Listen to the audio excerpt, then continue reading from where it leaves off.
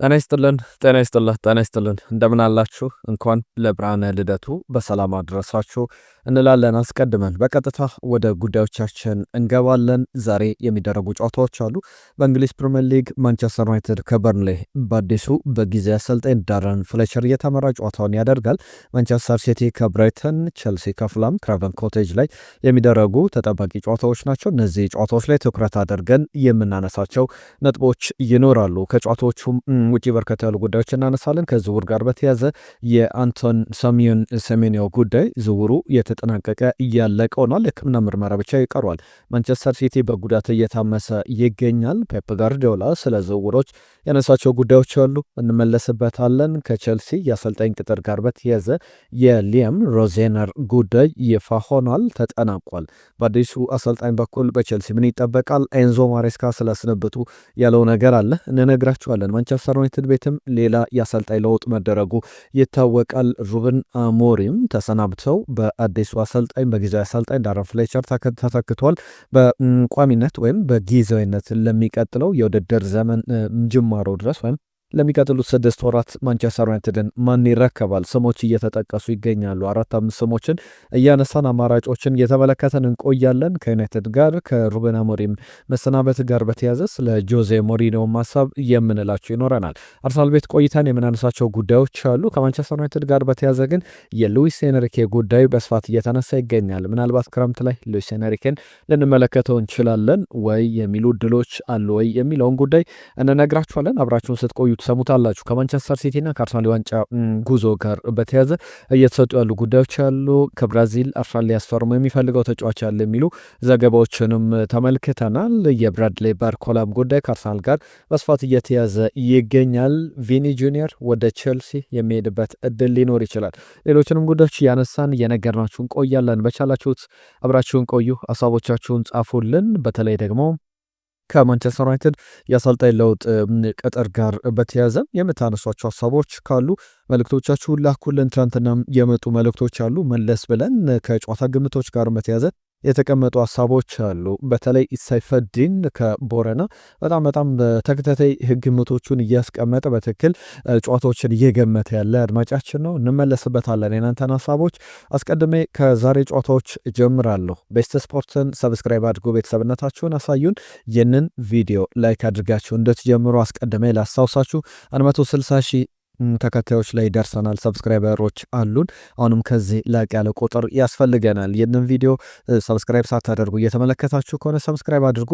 ዛሬ ማንቸስተር ዩናይትድ ከሚያደርገው ጨዋታ ትኩረትም ከሚሰጠው መርሃ ግብር እንጀምራለን። ማንቸስተር ዩናይትድ ከበርንሌይ ታርፍ ሙር ላይ የሚደረግ ጨዋታ ነው። ምሽት አመሳከሩ ላይ ይደረጋል። የጨዋታውን ግምት ላኩልን። ማንቸስተር ዩናይትድ ከበርንሌይ ስለ ስንት ይጠናቀቃል? ዳረን ፍሌቸር ሁለቱን ልጆቹን ይዞ በማንቸስተር ዩናይትድ እንግዲህ እድል ይሰጣችኋል የሚለውን እንመለከታለን። በዚህ ጨዋታ ላይ ለማንቸስተር ዩናይትድ እነ ኮቢ ሜኖ ከዛ በተጨማሪም ሌሎቹ ተጫዋቾች በጉዳት ላይ ከሰነበቱ ተጫዋቾች መካከል በዋነኝነት እየተመለሱ ተጫዋቾች እንዳሉ እየተመለከትን እንገኛለን። በተለይ ብሩኖ ፈርናንዴስ ወደ ሜዳ ይመለሳል። እድል ይሰጠዋል አይሰጥም? በጨዋታው ላይ ሪስክ የመውሰድና ያለመውሰድ የዳረን ፍሌቸር ውሳኔ ብቻ ነው የሚጠበቀው። ከዛ ውጭ ከጉዳቱ ስለማገገሙ ተመልክተናል። በዚህ ጨዋታ ላይ እንመለከተዋለን። ለማንቸስተር ዩናይትድ በጣም አስፈላጊ ጨዋታ ነው። ከጨዋታው ጋር በተያዘ በተለይ ማቲያስ ኩና ባለፉት 3 ጨዋታዎች ላይ ግብ አስቆጥሯል። ከዚህ በፊት ከባለፉት 3 ጨዋታዎች በፊት የነበሩ 20 ጨዋታዎችን ብንመለከት ማቲያስ ኩና ያስቆጠራቸው 3 ግቦች ናቸው። ባለፉት 3 ጨዋታዎች ግን ከባለፉት 20 ጨዋታዎች እኩል 3 ግቦችን አስቆጥሯል። ጥሩ መነቃቃት ላይ በዩናይትድ ፈንክሽናል እየሆነ አገልግሎቱን ጀምሯል ማለት ይቻላል። በተለይ አማድ ዲያሎ፣ ብሪያን ምቦሞ በሌሉበት በዚህ ወቅት ላይ ቤንያሚን ሼሽኮም ብዙ ግቦችን እያስቆጠረ ባልሆነበት ሰዓት ላይ የተመለከትነው ያለ ድንቅ ተጫዋች ነው። ታርፍ ሙር ለሚደረግ ጨዋታ ነው ብያለሁ። ማንቸስተር ዩናይትድ 50 በመቶ ወይም 50.7 በመቶ ጨዋታውን ያሸንፋል ከሜዳ ውጭ የሚደረግ ጨዋታን ቢሆን የሚሉ ሀሳቦች ወጥተዋል። በርንሌይን ስንመለከት ከማንቸስተር ዩናይትድ ጋር 19 ጨዋታዎችን ባለፉት 19 ጨዋታዎች በፕሪሚየር ሊግ ብንመለከት ያሸነፈው ሁለቱን ብቻ ነው። ሌሎቹን ጨዋታዎች ማሸነፍ አልቻለም እና ብዙ ድሎች ለማንቸስተር ዩናይትድ የሚሰጡ ነው። በዚህ ጨዋታ ላይ እንደሚባለውም ማንቸስተር ዩናይትድ ማሸነፍ የሚችል ከሆነ በዛሬው ዕለት ጨዋታዎችን በተለይ ደግሞ ሊቨርፑል ከአርሰናል ጋር ነው የሚያደርገውና ቀላል ጨዋታ ሊቨርፑል በቀላሉ ነጥብ ያገኝበታል ተብሎ የሚታሰብበት ሳምንት አይደለም። በዚህም 30 ነጥቦች ላይ ያለው ማንቸስተር ዩናይትድ 34 ላይ ደርሶ ቢያንስ ሊቨርፑል እስኪጫወት ድረስ ቶፕ 4 ላይ መግባት ይችላል። ዳረን ፍሌቸር ይህንን አድርጎ ከማንቸስተር ዩናይትድ ኃላፊነቱን በአንድ ጨዋታ እንኳን ቢቀጭ ወይም ሌላ አሰልጣኝ የሚመጣ ከሆነ በቀጣይ የነ ኦሌ ጉናር ሶልሻየር ሌሎችም ስሞች ይነሳሉ፣ አነሳዋለሁ። በዚህ ሂደት ላይ ማንቸስተር ዩናይትድን ጥሩ ፖዚሽን ላይ አድርጎ ለቀጣዩ አሰልጣኝ ማስረከብ ይችላል። የሚጠበቅ ጨዋታ ነው። ሌሎችም መርሃ ግብሮች አሉ። ዛሬ ከማንቸስተር ዩናይትድ እና ከበርንሌይ ጨዋታ በተጨማሪ ማንቸስተር ሲቲ 4:30 ሲል ከብራይተን ኦቭ አልቢዮን ጋር የሚያደርጉት ጨዋታ በኤታሃድ ስቴዲየም ይደረጋል። ብራይተንን በተመለከተ በቅርብ በመጨረሻ 15 ጨዋታዎች ከሜዳው ውጪ ወደ ማንቸስተር ሲቲ ስቴዲየም አቅንቶ ያደረጋቸውን ጨዋታዎች ስንመለከት አንድም ጨዋታ አላሸነፈም እና ማንቸስተር ሲቲ በጣም ትልቅ ስኬት ወይም ደግሞ የበላይነት አለው ከብራይተን ጋር። ብራይተን ከሜዳው ውጪ በጣም ከባድ የሚባል ቡድን ነው። በነ ሮበርቶ ዲዘርቢ በነ ግራም ፖተር ዘመንም በነ ፋቢያን ሃርዝለር አሁን ባሉት አሰልጣኝ ጊዜም ያንን እየተመለከተን እንገኛለን። ከማንቸስተር ሲቲ ጋር በተያያዘ 63.3% ጨዋታውን የማሸነፍ ቅድሚያ ግምት ተሰጥቶታል። ስንት ይጠናቀቃል? የእናንተን ግምት ላኩልን። ሃርሊንግ ብራውት ሃላንድ ባለፉት 3 ጨዋታዎች ላይ ግብ አላስቆጠረም። በፕሪሚየር ሊግ 4ኛው ጨዋታ መጥቷል። ከብራይተን ጋር ግብ የማያስቆጥር ከሆነ ለመጀመሪያ ጊዜ ይሆናል በ4 ተከታታይ የሊግ ጨዋታዎች ላይ ግብ ሳያስቆጥር በቶፕ ፍላይት ጨዋታዎች ላይ የሚወጣ ከሆነ እንደዚህ አይነት ግምቶች ይኖራሉ። ማንቸስተር ሲቲ ማሸነፍ የሚችል ከሆነ ከአርሰናል ጋር ያለውን የነጥብ ልዩነት አርሰናል ነገ እስኪጫወት ድረስ ወደ 3 ማጥበብ ይችላል። የሚጠበቅ አይነት መርሃ ግብር ነው። ዛሬ አስቶን ቪላ ከክሪስታል ፓላስም ሌላኛው በዋንጫ ፉክክር ላይ ካሉ ቡድኖች መካከል አስቶን ቪላ ክሪስታል ፓላስን ሴልኸርስት ፓርክ ላይ ከሜዳው ውጪ ይገጥማል። የሚጠበቅ አይነት ጨዋታ ነው። ቸልሲ ከፉላም የሚያደርጉትንም ጨዋታ እንመልከት። በዚህ ጨዋታ ላይ አዲሱ አሰልጣኝ ሊያም ይህንን ጨዋታ መምራት አልፈለጉም። ከዚህ ውጪ በቀጣይ ቀለል ባለው መርሃ ግብር በኤፍኤ ካፕ ጨዋታ ቸልሲን መምራት እንደፈለጉ ይታወቃልና በዚህ ጨዋታ ላይ ካሉም ባለፈው ከፔፕ ጋርዲዮላ ጋር ዘ ቢገስት ሚስ ማች ኦፍ ዘ ማኔጀሪያል ኬረር የሚባል በአሰልጣኞች የማኔጅመንት ሂደት ላይ ሚስ ማች ነው። ያልተመጣጠኑ አሰልጣኞች ናቸው። የመጀመሪያውን የቶፕ ፍላይት ጨዋታ የመራው ካሉም እንዲሁም ከፔፕ ጋርዲዮላ ከ1000 በላይ ጨዋታዎችን በአሰልጣኝነት በቻምፒየንስ ሊግ ፍጻሜ፣ በቻምፒየንስ ሊግ፣ በፕሪሚየር ሊግ፣ በቡንደስ ሊጋ እንዲሁም ደግሞ በስፔን ላ ሊጋ ላይ የመራ ትልቅ አሰልጣኝ ጋር በተቃራኒው መጫወት ማለት በጣም ከባድ ልዩነት ነው። ነገር ግን ሊያም ከመምጣቱ በፊት ካሉም ያንን ከማንቸስተር ሲቲ ጋር ባቸው ውጤት የመጀመሪያውን ጨዋታ አጠናቋል። ሌላ ከባድ ጨዋታ ከፉልሃም ጋር ክራቨን ኮቴጅ ላይ ይደረጋል። የማርኮ ሲልቫ ቡድን ቀላል የሚባል ቡድን እንዳልሆነ ይታወቃል። በዚህ ጨዋታስ ላይ በቸልሲ በኩል ምን እንመለከታለን? ለማንቸስተር ዩናይትድ እንዳልነው ቸልሲም ይህንን ጨዋታ ማሸነፍ የሚችል ከሆነ ነጥቡን ከሊቨርፑል እኩል ሊቨርፑል ከአርሰናል ጋር ከመጫወቱ በፊት ማድረስ ይችላል። 31 ነጥቦች ያሏቸው ማንቸስተር ዩናይትድ እና ቸልሲ ወደ 34 ነጥብ ማድረስ ይችላሉ። ቸልሲ 11 ንጹህ ግቦች ያሉት፣ ማንቸስተር ዩናይትድ እና ሊቨርፑል ደግሞ 34 እና 30 ነጥቦችን ይዘው 4 ንጹህ ግቦችን ይዟል። እነዚህ ጨዋታዎች ይጠበቃሉ። ግምቶቻችሁን ላኩልን። ቸልሲ ከፉልሃም፣ ማንቸስተር ሲቲ ከብራይተን እንዲሁም ደግሞ በርንሌይ ከማንቸስተር ዩናይትድ የሚያደርጓቸው ጨዋታዎች ቸልሲ እና ማንቸስተር ዩናይትድ ከሜዳቸው ውጪ የሚያደርጓቸው ጨዋታዎች ናቸው። ቶተንሃም ከቦርመዝም የሚደረገው ጨዋታ በዚህ ጨዋታ ላይ የአንቶኒዮ ሴሜንዮ የመጨረሻ ጨዋታ በቦርመዝ መለያ እንመለከታለን። ወደ ሲቲ ከማቅናቱ በፊት እነዚህ ጨዋታዎች በስፋት የሚነሱ ናቸው። ትናንትናም ግምቶች መጥተውልናል። ትናንትና በአፍሪካ ዋንጫ ላይ የነበሩ ጨዋታዎች አሉ። በማንቸስተር ዩናይትድ የምናውቀው አማድ ያለው የጨዋታው ኮከብ ተብሎ የተመረጠበት በዚህ አፍሪካ ዋንጫ ላይ 4ኛ የግብ ተሳትፎን ያስመዘገብበት ኮት ዲቯርም ወደ ቀጣዩ ዙር ወደ ኳርተር ፋይናል ያለፈችበትን ውጤት ተመልክተናል። ቦርኪና ፋሶን 3-0 ስታሸንፍ አማድ ዲያሎ ሊዮኔል ሜሲን ሆኖ ነበር ማለት ይቻላል። በጣም ድንቅ በረኛውን ዘርሮ በረኛውን ቀልዶበት ያስቆጥራት ግብ ኤቨርኮስን ኮት ዲቯርን ቀዳሚ ያደርጋለች። 3-0 በሆነ ውጤት እየተጠናቀቀ ነው። በዚህ ጨዋታ ላይ በማንቸስተር ዩናይትድ፣ በቼልሲ፣ በትልልቅ ክለቦች ጭምር የሚፈለገው ኢያን ዲያሞንዴ በጨዋታው ላይ ግብ አስቆጥሯል። የኮት ዲቯርን ሁለተኛ ግብ ቱሬ 87ኛው ደቂቃ ላይ ተቀይሮ ገብቶ ሌላኛውን ግብ አስቆጥሮ ጨዋታው 3-0 በሆነ ውጤት ተጠናቋል። አልጄሪያ ከዴሞክራቲክ ሪፐብሊክ ኮንጎ የተደረገው ጨዋታም በአልጄሪያ 1-0 አሸናፊነት ተጠናቋል። ትናንትና ሳይፈዲን ራዴ ከነገሌ ቦረና ነበረና ግምቶችን ልኮልን ነበረ። የዌስትሃም ዩናይትድ እና የኖቲንጋም ፎረስትን ጨዋታ የገመተው 2-2 ነበረ። ጨዋታው ግን ለትላንት በሆነ ውጤት ነው የተጠናቀቀው። የአልጄሪያን ከዲሞክራቲክ ሪፐብሊክ ኮንጎ 1-0 ብሎ ገምቶ ነበር፣ በትክክል አግኝቶታል።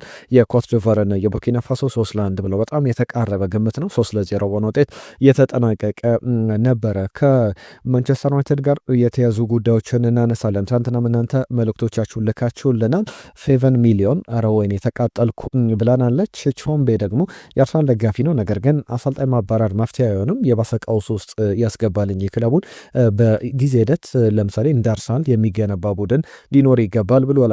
ወንድሙ ለዩናይትድ የሚመጥነው አሰልጣኝ እንግዲህ አሁን በተለይ የአርሰናል የሊቨርፑልን ጨዋታን በተመለከተ ግምቱን አስቀምጧል። ሪዮ ፈርዲናንድ ነው ብሏል። በተለይ ሪዮ ፈርዲናንድ የሚኬል አርቴታን ወደ ማንቸስተር ዩናይትድ ቢመጣ ይወደዋል፣ አርሰናል ለቆ ጥያቄ ቢቀርብለት ይመጣል የሚል አስገራሚ አስተያየት ሰጥቶ ተመልክተ ነው ነበረ። ለጂፕሰን ገሮም በተመሳሳይ የማንቼ ጉዳይ ከባለቤቶቹ ጋር የሚያያዝ ነው የሚል አንስቷል። ኤማኑኤል ለማንቼ በአሁኑ ሰዓት ትክክለኛው አሰልጣኝ ገበያ ላይ ያለ አይመስለኝም። እንደ ሉዊስ ኤንሪኬ አይነት ቆፍጣና አሰልጣኝ ያስፈልገን ነበረ። አማራጭ ግን ኦሌ ጉናር ሶልሻየር በድጋሚ ቢረከብ አሪፍ ነው ብሎናል። ግሎሪ ማንቸስተር ዩናይትድ ብሎ ልኮልናል። ኤማኑኤል ከልብ እናመሰግናለን ስለ ተሳትፏችሁ ሁላችሁንም። ሌሎችም የሰጣችሁት መልእክት አለ በደንብ እናነሷለን። ከማንቸስተር ዩናይትድ የአሰልጣኝ ቆይታ ጋር በተያዘ የሚነሱ ሀሳቦች አሉ። እነሱን ጉዳዮች እያነሳን እንቀጥል። ማንቸስተር ዩናይትድ ቤት በተለይ ደግሞ የሩበን አሞሪም መልቀቅ ጋር በተያዘ አሁንም የሚነሱ ሀሳቦች አሉ፣ ቅሬታዎች። ሩበን አሞሪም ድጋፍ እንዳልተደረገላቸው ከዛ በተጨማሪም ከጨዋታቸው ጋር በተያዘ የ3-4-2-3 እንዳሰላለፍ ጥያቄ ሲገባ ነበር በብዙ መገናኛዎች በደጋፊዎች። ከዛ ውጭ ግን በክለቡ አመራሮችም ጭምር ለምሳሌ ዳና ሾርዝ እንዴት ከማንቸስተር ዩናይትድ እንደተለያዩ ሩበን አሞሪም መምጣት የለባቸውም የሚል ግምት እንደነበራቸው ሳነሳላችሁ ነበር። በዝውውር ላይ በክረምቱ የዝውውር መስኮት ቤንያሚን ሼሽኮ በሚኬል አርቴታ ይፈለጋል፣ ሩበን አሞሪም ደግሞ አይፈልጉትም ነበረ። ከዛ ውጪ ቤንያሚን ሼሽኮ የሱ ተተኪ ወይም ቤንያሚን ሼሽኮ ከሚመጣ ይልቅ የኦሌ ዋትኪንስን ዝውውር አጥብቀው ይፈልጉ ነበረ። ሶን ለመንስን ከመምጣታቸው በፊት ማንቸስተር ዩናይትዶች የእሳቸው ፍለጋ በደንብ በፕሪሚየር ሊጉ ላይ ልምድ ያለው ኤሚሊያኖ ማርቲኔዝ እንደነበረ ይታወቃል። ኤሚሊያኖ ማርቲኔዝ በዴድላይን ዴይ እስከ መጨረሻው ሰዓት ድረስ በአስቶን ቪላ ልምድ ማዕከል ፕሌን ተዘጋጅቶለት እየጠበቀ ነበር ወደ ማንቸስተር ዩናይትድ ለመሄድ። ነገር ግን የማንቸስተር ዩናይትድ ኃላፊዎች የወሰኑት እነ ቪቬል በቀጥታ ሶል ለመንስን ለማምጣት ነበረና በተለይ በማርኮ ሲልቫ በውድድር ዓመቱ መግቢያ ላይ ማንቸስተር ዩናይትድ ለመጋጠም ከማንቸስተር ዩናይትድ በተቃራኒ ለመጫወት ቀላሉ ቡድን ነው ብለው አስተያየት ሲሰጡ እናስታውሳቸዋለን ማርኮ ሲልቫ። እና እንደዚህ አይነት ሀሳብ ነው በማንቸስተር ዩናይትድ በኩል እንደዚህ አይነት እይታ መኖር የለበትም፣ ማንቸስተር ዩናይትድ የሚፈራ ቡድን መሆን አለበት የሚል ሀሳባቸውን ሲሰጡ ተመልክተን ነበረና እንደዚህ አይነት ነገሮች ጫናዎች ውስጥ ይከታሉ። ሩበን አሞሪምም በዩናይትድ ቤት እንግዲህ ከለቀቁ በኋላ የሚሰጡ አስተያየቶች አሉ። ከዛ ውጪ ለምሳሌ ፔፕ ጋርዲዮላ ትልቅ አሰልጣኝ ነው፣ መልካም እድል እንዲገጥመው እመኝለታለሁ ሲሉ ነበረ። በአሰልጣኝ ለውጦች ላይ የሚኖሩ ሁሌ አዳዲስ ጨዋታዎች በመጡ ቁጥር በጣም በስኬት ሊጠናቀቁ የሚችሉበት እድል ሰፊ ነው። ሩበን አሞሪም ግን በማንቸስተር ዩናይትድ ለምሳሌ በያዝነው የውድድር ዘመን በጣም የማጥቃት ቁጥራቸው በጣም የሚያስገርም ነው። በፕሪሚየር ሊጉ ትሮፒ ከሚባሉ 3 ቡድኖች አብዛኞቹ ቁጥሮች ላይ ቀዳሚ ናቸው። ለምሳሌ ብዙ የግብ ሙከራዎችን በማድረግ የማንቸስተር ዩናይትድን ቡድን የሚስተካከል የለም። የቻንስ ክሬተድ ላይ ደግሞ ማንቸስተር ዩናይትድ ቀዳሚው ቡድን ነው። ከዛ በተጨማሪም ኦን ታርጌት ሙከራዎችንም ኢላማቸውን የጠበቁ ሙከራዎችን በየጨዋታዎቹ ላይ በማድረግ በአጠቃላይ በተመዘገቡ ቁጥሮች ሊጉን ይመራል ማንቸስተር ዩናይትድ። ዋንጫ በእነዚህ ቁጥሮች ቢሰጥ የማንቸስተር ዩናይትድ ነበረ። ከዛ ውጪ ግን በኤክስፔክትድ ጎል የተቆጠረው ኤክስፔክትድ ጎል ስኮርድ ብለን በምናየው ሜትሪክስም ማንቸስተር ዩናይትድ በሊጉ ላይ 3ኛ ነው። ብዙ ግቦችን በማስቆጠር ከማንቸስተር ሲቲና ከአርሰናል በመቀጠል 3ኛ ነው። ከዛ በተጨማሪም በኤክስፔክትድ ጎል ዲፍረንስ ማስቆጠር የነበረበትና ባስቆጠረው የግብ ምጣኔ አንጻርም ሲመዘን 3ኛ ደረጃ ላይ የሚቀመጥ ነውና ብዙ ቁጥሮቹ በማጥቃት ረገድ ጥሩ ነው። መከላከሉ ላይ ግን ክፍተቶች አሉ። ያንን ደግሞ በጊዜ ሂደት ይፈታል ብሎ መናገር ይቻላል። አሁን ኦሌ ጉናር ሶልሻየር 2021 ላይ ማንቸስተር ዩናይትድ 2ኛ ደረጃን ይዞ ሲያጠናቅቅ ለማንቸስተር ዩናይትድ ደጋፊዎች ይቅርታ የጠየቀው አሰልጣኝ 2ኛ እንኳን ለኛ በጣም የማይገባን ውጤት ነው ብሎ የሚያስበው ኦሌ ጉናር ሶልሻየር ወደ ማንቸስተር ዩናይትድ የሚመጣበት እድል እየሰፋ መጥቷል። እንደምናስታውሰው ኦሌ ጉናር ሶልሻየር በጊዜያዊ አሰልጣኝነት ማንቸስተር ዩናይትድን አሰልጥኖ ተመልክተነዋል። 19 ጨዋታዎችን አድርጎ በቋሚነት ከመሾሙ በፊት 14ቱን አሸንፏል። እነ ፓሪስ ሰን ዠርመንን አርሰናልን ያሸነፈባቸው ጨዋታዎች ሁለቱም ባቻ ውጤት ያጠናቀቀበት፣ 3 ጨዋታዎች ብቻ የተሸነፈበት፣ 40 ግቦችን በመጀመሪያ 19 ጨዋታዎች 40 ግቦችን አስቆጥሮ 17 ግቦች ብቻ የተቆጠሩበት በዊን ፐርሰንቴጁ ንጻሬ ሬቱን ስንመለከተው 74 በመቶ ጨዋታዎችን ያሸንፍ ነበርና ማንቸስተር ዩናይትድ ጥሩ ተስፋ የታየበት ጊዜ ነበር። ከዛ በኋላ በቋሚነትም ቆይቶ የኋላ ኋላ ብዙ ሴሚፋይናሎች ላይ ተመልክተ ነው እንደነበረ የኦሌ ጉናር ሶልሻየር ቡድንን እናስታውሳለን። አሁን ዘቴሌግራፍ እንግዲህ በቋሚነት ማንቸስተር ዩናይትድ የሚያቀጥራቸው አሰልጣኞች ይኖራሉ። ነገር ግን በጊዜነት በቅድ ውስጥ የተካተቱ አሰልጣኞች ቴሌግራፍ ይዟቸው የወጡ ስሞች አሉ። 4 ስሞች በዋነኝነት ይጠቀሳሉ። በተለይ ሁሉም አንድ ሶስቱን አሰልጣኝ ስንመለከት በጣም በአስገራሚ ሁኔታ ማንቸስተር ዩናይትድ በክረምቱ ለነዚህ አሰልጣኞች የውል ማቋረጫ ገንዘብ አይከፍልም።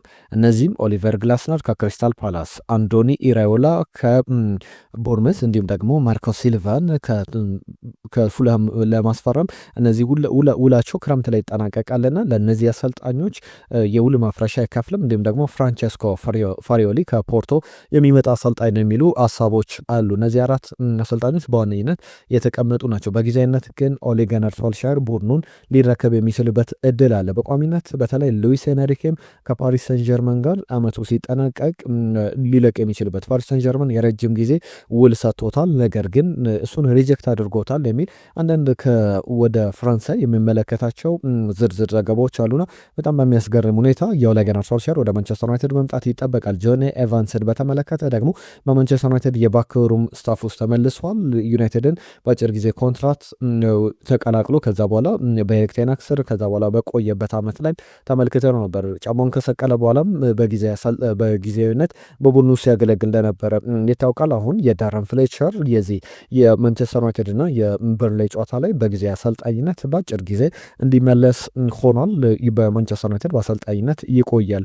ዳረን ፍሌቸር እስከቆየ ድረስ ኦሌ ጉናር ሶልሻየር ሲመጣም ይቆያል ይለቃል የሚለው ይወሰናል። በጊዜነት አንዳንድ ሰዎችም የሩድ ቫን ኒስተልሮይ መምጣትም ይፈልጋሉ። ኦሌ ጉናር ሶልሻየር በሚያስገርም ሁኔታ ምንም አይነት ኮንትራት አልፈልግም ወይም ትልቅ ደሞዝ አልጠይቅም፣ ከዛ በተጨማሪም ኤኒ ፕሮፖዛል አክሰፕት ለማድረግ ዝግጁ ነኝ የሚል ሀሳብ አለው የሚሉ ዘገባዎችን ተመልክተናል። ለሁሉ ማንቸስተር ዩናይትድ ቀጣይ ከዚህ ከበርንሌይ ጨዋታ በኋላ ውሳኔዎችን ያሳውቃል ተብሎ ይጠበቃል። ቸልሲን የተመለከቱ ጉዳዮችን ደግሞ እናንሳ። ቸልሲ አሰልጣኙን ይፋ አድርጓል። ሊያም ሮዜነር የስትራስቡርግ አሰልጣኝ ነበሩ።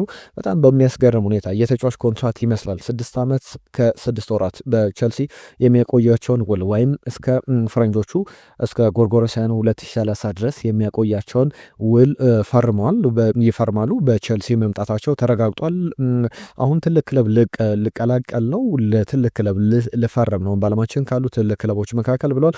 ከጃንዋሪ 10 ጀምሮ በቻርልተን አትሌቲክ ጨዋታ በኤፍኤ ካፕ ጨዋታቸውን አንድ ብለው ይጀምራሉ በስታንፈርድ ብሪጅ። እኒህ አሰልጣኝ በጣም ቸልሲ የሚፈልጉ አይነት ፕሮፋይል ያላቸው በእርግጥ በ2004 ላይ ከሃል ሲቲ የተሰናበቱ ትልቅ ቡድንን ይዘው መርተው የሚያውቁ አይደሉም። ነገር ግን እነ ኮል ፓልመር ሌሎችም የቼልሲ ትልቅ ተጫዋቾች እኚህን ወጣቱን የ41 ዓመት አሰልጣኝ ሊያም ሮዚነርን ይሰማሉ ወይ ይቀበሏቸዋል ወይ የሚለው ትልቁ ፈተና ሊሆን ይችላል። ነገር ግን ቼልሲ በ6 ዓመት ኮንትራት እኚህን አሰልጣኝ መቅጠሩን ይፋ አድርጓል። ቼልሲን በተመለከተ ሌላኛው ጉዳይ የቪኒ ጁኒየር ጉዳይ ነው። ከቪኒ ጁኒየር ጋር በተያዘ በተለይ ከሪያል ማድሪድ እንደሚለቅ ብዙ ምልክቶች አሉ። ለምሳሌ ወደ 16-17 ጨዋታዎች አልፎታል በሪያል ማድሪድ ቤት ግብ ካስቆጠረ 2025 ሲጠናቀቅ በጃንዋሪ ላይ ይለቃል ተብሎ ነበር። ነገር ግን አሁን ጃንዋሪ ላይ ባይሆንም በቀጣይ ክረምት ቼልሲ ይህንን ተጫዋች ማስፈረም ይፈልጋል። ቪኒ ጁኒየር ቀጣይ መዳረሻው ፕሪሚየር ሊግ ሊሆን ይችላል። ወኪሎቹን በተመለከተ ከተለያዩ የፕሪሚየር ሊግ ክለቦች ጋር አማራጮቹ እንዴት ነው ቪኒ ጁኒየር ቢመጣ ብለው ኦፈር እያደረጉት ይገኛሉ። ከሪያል ማድሪድ ጋር በኮንትራት ጉዳይ አለመስማማቶች አሉ። ቡድን ውስጥም ትሪት የሚደረግበት መንገድ ደስተኛ እንዳላደረገው የሚያሳዩ ዘገባዎችን ተመልክተናል። እነዚህ ቼልሲን የተመለከቱ ትልልቅ ጉዳዮች ናቸው። ቼልሲ በአዲስ አሰልጣኝ በኩል የሚኖረው ቆይታንም በተመለከተ በቀጣይ ይዘናቸው የምንመጣቸው ሀሳቦች አሉ። የማንቸስተር ሲቲን ዝውውር ላንሳና ስለ ጉዳቶችም አነሳለሁ።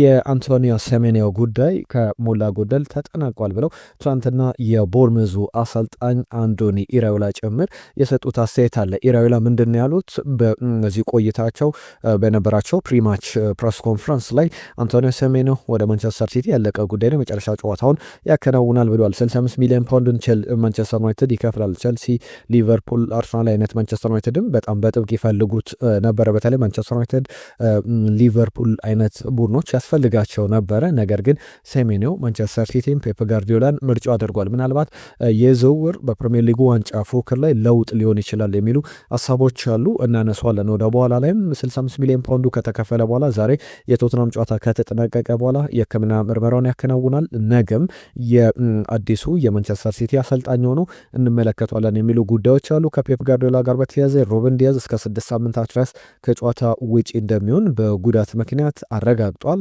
በዚህ በጉዳቶች ማንቸስተር ሲቲ እየታመሰ ይገኛል። እነሱን ላንሳላችሁ። ለምሳሌ 7-6 ተጫዋቾች በጉዳት ምክንያት የሉም። ጆን ስቶንስ፣ ከዛ በተጨማሪ የጆስኮ ግቫርዲዮል፣ ሳቪኒዮ፣ ሩበን ዲያዝ፣ ኒኮ ጎንዛሌዝ፣ ማቴዮ ኮቫቺች፣ ኦስካር ቦብ በጉዳት ምክንያት የሌሉ ናቸው። ከዛ በተጨማሪ ሪያን አይንት ኑሪ በአፍሪካ ዋንጫ ላይ ይገኛል ከአልጄሪያ ብሔራዊ ቡድን ጋር በተያያዘ ትናንትናም ሲጫወት ተመልክተናል።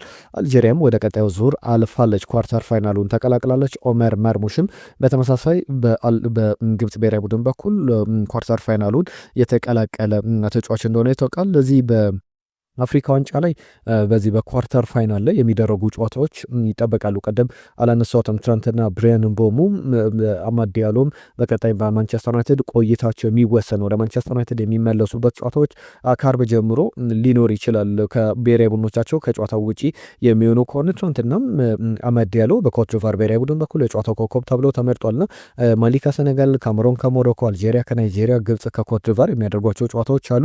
ኦማር ማርሙሽም፣ መሐመድ ሳላም ሌሎች እነ ብሪያን ምቦሞ ዲያሎም በእነዚህ ጨዋታዎች ላይ ውሳኔያቸው ይመለሳሉ አይመለሱም የሚጠበቅ ነው። ባለፉት ሁለት ጨዋታዎች ላይ 4 ነጥብ የጣለው እንዲሁ ከአርሰናል ጋር የ6 ነጥብ ልዩነት ያለው ማንቸስተር ሲቲ 7 ተጫዋቾች በጉዳት 2 ተጫዋቾች አፍሪካ ዋንጫ ላይ ይገኛሉና በዚህ ጉዳይ ላይ ፔፕ ጋርዲዮላ ጥያቄ ቀርቦለት ነበር። ዝውውር ላይ ትገባላችሁ ወይ ተብሎ ነበረ በጥር የዝውውር መስኮት።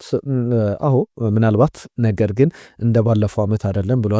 ባለፈው ዓመት ቪክቶር አይሰን፣ ኩሳኖቭን አይነት እንደ ኦመር ማርሙሽን አይነት ተጫዋቾችን በደንብ በግፍ ወጥቶ ማንቸስተር ሲቲ የተሳተፈበት ነው። አሁን የአንቶኒ ሴሜንዮ ዝውውር ይጠናቀቃል። ሌላ አንድ ተከላካይ ሊያስፈርም የማርክ ጌይ ጉዳይም እየተነሳ ይገኛል። አጥብቆ እየሰራበት ይገኛል። በተለይ ጆስኮ ግቫርዲዮል የሚመለስ አይመስልም። ለዛም ማንቸስተር ሲቲ የበለጠ ነቃ ብሎ ገበያውን እያማተረ ይገኛል የሚሉ ዘገባዎችን እየተመለከትን እንገኛለን። ከቸልሲ ጋር በተያዘ አንድ ጉዳይ ልጨምርና አርሰናልን ሀሳቦች ያነሳለሁ። ኤንዞ ማሬስካ ከተሰናበተ በኋላ የመጀመሪያ መልእክቱን ደሊቨር አድርጓል፣ አድርሷል። እንግዲህ በዓለማችን ትልቁን ክለብ በዚህ መንገድ መልቀቁን ይፋ ከሆነ በኋላ ብዙ አስተያየቶች ሲሰጡ ነበረ። ማይ ጆርኒ ዊዝ ቼልሲ በጣም በሚገርም ሁኔታ በኮንፈረንስ ሊግ ድል፣ በኮንፈረንስ ሊግ የመጀመሪያ የቅድመ ማጣሪያ የጀመረ ነበረ ይላል። ከዛ በኋላ ቼልሲን ስለቅ ውስጣዊ ሰላም ተሰምቶኝ ነው። ቼልሲን የሚገባበት ቦታ ላይ አድርሼው ነው፣ ከነበረበት ቦታ ከፍ አድርጌ በሚገባበት ቦታ ላይ አስቀምጬ ነበረ። ለቼልሲ ደጋፊዎች፣ ለቼልሲ ሰዎች፣ ለቼልሲ ተጫዋቾች የተለየ ምስጋናውን አቅርቧል። ለሁሉም መልካም ምኞቱን ገልጿል። ለቼልሲም አመሰግናለሁ የሚል እንደ ቤተሰብ ነው የማያችሁ፣ ለእኔ እንደዛ ናችሁ በሚል ስንብቱን ይፋ አድርጓል። ከኤንዞ ማሬስካ ጋር በተያዘ እነዚህ የሚነሱ ጉዳዮች ናቸው። አርሰናልን በተመለከተ የሚነሱ ነጥቦችን ላንሳ። የአርሰናል የፕሪሚየር ሊጉ ጉዞ በደንብ እየተመለከት ነው እንገኛለን። ከዛ ውጭ ግን የሚነሱ ነጥቦች አሉ። ሊያንድሮ ትሮሳርድን በተመለከተ በአርሰናል ቤት የባለፈው ወር የዲሴምበር ወር የወሩ ምርጥ ተብሎ ተመርጧል። ይገባዋል ወይ ትላላችሁ? መልእክቶቻችሁን ላኩልን። ከዴክላን ራይስ ጋር በተያዘ የሳምንቱ በዚህ ቦርንመዝን ባሸነፈበት ጨዋታ ላይ 2 ግቦችን አስቆጥሯልና የሳምንቱ የእንግሊዝ ፕሪሚየር ሊግ የ19ኛ የ20ኛ ሳምንት ጉዞዎችን ተመልክተናል። በኛው ሳምንት ላይ የሳምንቱ ምርጥ ተጫዋች ተብሎ ተመርጧል። በጣም ጥሩ የሚባሉ ነገሮች ናቸው። ከአርሰናል ጋር በተያዘ ሊነሱ ሊጠቀሱ የሚገባቸው ጉዳዮች ናቸውና ከአርሰናል ጋር በተያዘ በክረምቱ በዚህ በጥር የዝውውር መስኮት ዝውውሮች ላይ ብዙ ይሳተፋል ተብሎ አይጠበቅም። ነገር ግን በጥር የዝውውር መስኮት ባይሳተፍም እነዚህ አትሌቲክ ብዙ ሂደቶች እንደዛ የሚያሳዩ አይደለም። አርሰናል የተለየ ጉዳት ካላጋጠመው በስተቀር ሬንፎርስመንት ላይ ቡድኑን ማሻሻል ላይ አይገባም በጥር ከዛ ውጪ ወጣት ተጫዋቾችን ሊያመጣ ይችላል ተብሏል። በክረምት ግን የብራድሊ ባርኮላ ከክረምት ከዓለም ዋንጫ በፊት ቡድኑ ሊለቅ ይችላል ፓሪስ ሰን ጀርመንን የሚሉ ዘገባዎች በጣም ጠንክረው ወጥተዋል። በተለይ ሊያንድሮ ትሮሳርድ፣ ጋብሪኤል ማርቲኔሊን በኳሊቲ ከፍ ያለው ብራድሊ ባርኮላ ሊመጣ የሚችልበት እድል አለ የሚሉ ዘገባዎችን በአርሰናል በኩል እየተመለከተ እንገኛለን። ሌላኛው ደግሞ ከቫስኮ ደጋማ የመስመር አጥቂው ራያን ሮቻን ለማስፈረም አርሰናል ፍላጎት አለው። 19 ዓመቱ ላይ ይገኛል። አንዳንድ ኳሊቲዎቹ በጣም የሚያስገርሙ ናቸው። ፕሬሲ ነው፣ በጣም ፈጣን ነው፣ ባላንስ ማድረግ ይችላል። በጣም ዳይሬክት የሚባል ተጫዋች ነው። በቀጥታ ተከላካዮች ላይ መንዳት የሚወድ ጥሩ ግብ አስቆጣሪ ነውና በብራዚል አሁን ካሉ ዊንገሮች ታለንትድ የሚባለው ነው ይባልለታል። እስከ 70 ሚሊዮን ፓውንድ ቫስኮ ደጋማ ይጠይቃልና ብዙ የአውሮፓ ክለቦችን ያረቀ ገንዘብ ነው። አርሰናል ግን በዚህ ተጫዋች ላይ ፍላጎት እያሳየ እንዳለ የሚያሳዩ ዘገባዎችን ተመልክተናል። ከአርሰናል ከማንቸስተር ሲቲ የዋንጫ ግስጋሴ ጋር በተያዘም በፕሪሚየር ሊጉ ተጫውቶ ያሳለፈው ዳኒ መርፊ የሚያነሳቸው ጉዳዮች አሉ። ማንቸስተር ሲቲ ትልቅ ጥንካሬ ላይ እንዳለ ልትከራከሩ ትችላላችሁ። ነገር ግን አርሰናል ይህንን ዋንጫ አሳልፎ የሚሰጥ ከሆነ በጣም ነው የመገረመው ብሏል። አርሰናል የተለየ ኳሊቲ ያለው ጠንካራ ተጫዋቾች ያሉት፣ በተለይ ከሜዳ ውጭ ብዙ ጨዋታዎችን አድርጓል። በሜዳው ከማንቸስተር ሲቲ ጋር ብቻ ነው የተጫወተው። አብዛኞቹን ትልቅ ቡድኖች ከሜዳ ውጭ ገጥሞ ነጥቦቹን ሰብስቧል። በቀጣይ ደግሞ በሜዳቸው በኤምሬትስ ነው እነዚህን ትልቅ ቡድኖች የሚያስተናግደ የሚል ትክክለኛ እንደ መስፈርት እንደ ኳሊቲ ሊታይ የሚችል ነገር ዳኒ መርፊ አንስቷል። ከዛ በተጨማሪ ሲቲ በጥሩ ራን ላይ በጥሩ ውጤት ጉዞ ላይ ይገኛል። ነገር ግን በአርሰናል በኩል ብዙ ጊዜ ሲቲን ብትመለከቱ ግብ የሚቆጠርበት ቡድን እንደሆነ ዲፌንሲቭሊ መመልከት ትችላላችሁ። አርሰናል ግን ያንን እድል የሚሰጥ ቡድን አይደለም የሚል ሀሳቡን ያነሳል። እንዴት አያችሁት የዳኒ መርፊን ሀሳብ? እስቲ መልእክቶቻችሁን ላኩልን። ትናንትናም እንግዲህ ከእናንተ የመጡ መልእክቶችን ሳነሳ ነበር። የአርሰናል የሊቨርፑልን ጨዋታ በተመለከተ ግምቶች መጥተውልናል፣ አነሳላችኋለሁ። የእናንተን የዛሬ ጨዋታዎች የማንቸስተር ዩናይትድን፣ የቼልሲን፣ የማንቸስተር ሲቲን ግምቶች ላኩልን። ቶትናም ከቦርመዝ ይጫወታል። ወንድሙ አርሰናል 3-0 ውጤት ሊቨርፑልን ያሸንፋል። ድል ለደማቁ ክለባችን የሚል መልእክቱን ልኮልናል። ነጂብ ሰንገሮም ስለ ማንቸስተር ዩናይትድ ጉዳይ ነው ያነሳልን። ከኬንያ ከናይሮቢ የላከልን መልእክት ነው። ባለቤቶቹ ጋር ነው እንጂ የአሰልጣኝ ችግር አይደለም የማንቼ ችግሮች ብሎናል። ፓማ ባሂም መልእክቱን ልኮልናል። ከልብ እናመሰግናለን። ፎርድ አርሰናል 3-1 በሆነ ውጤት ያሸንፋል። ተስፋ አደርጋለሁ ሊቨርፑል ይሸነፋል ብዬ ብሏል።